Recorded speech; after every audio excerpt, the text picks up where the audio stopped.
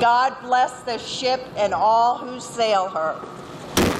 Susan Ford Bales, the daughter of the late U.S. President Gerald Ford, christened the 100,000-ton ship, built at a cost of nearly $13 billion, and opening what officials say is a new chapter in naval warfare.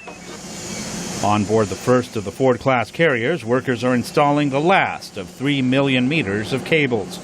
Unlike older carriers, which depend on steam, this one will be completely electric.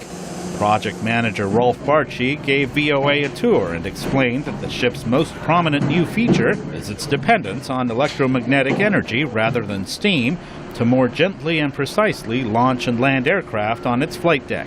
This system has a lot more flexibility to it, and I think it will bring more service life to the aircraft that get used on it, and allow you to have a broader spectrum of aircraft that you can bring in and land on the ship. The deck will be able to serve as a floating base for unmanned aerial vehicles or drones, like the one seen here in a recent test.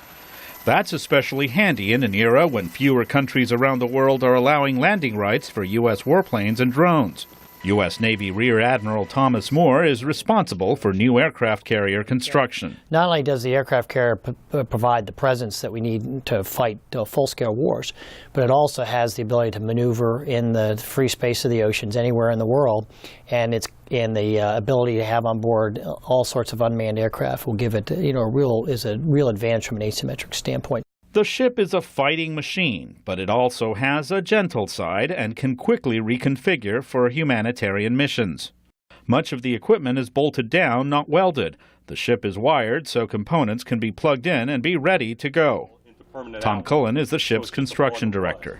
So if you come in and you want to do a humanitarian mission and you need to have more space in here with desks, computers, tracking screens, you can easily bring them in and rewire the space in a matter of days. All that with a much smaller footprint and cost. The ship will operate with up to 1,200 fewer personnel than current aircraft carriers do, saving the Navy billions of dollars. Luis Ramirez, VOA News, Newport News, Virginia.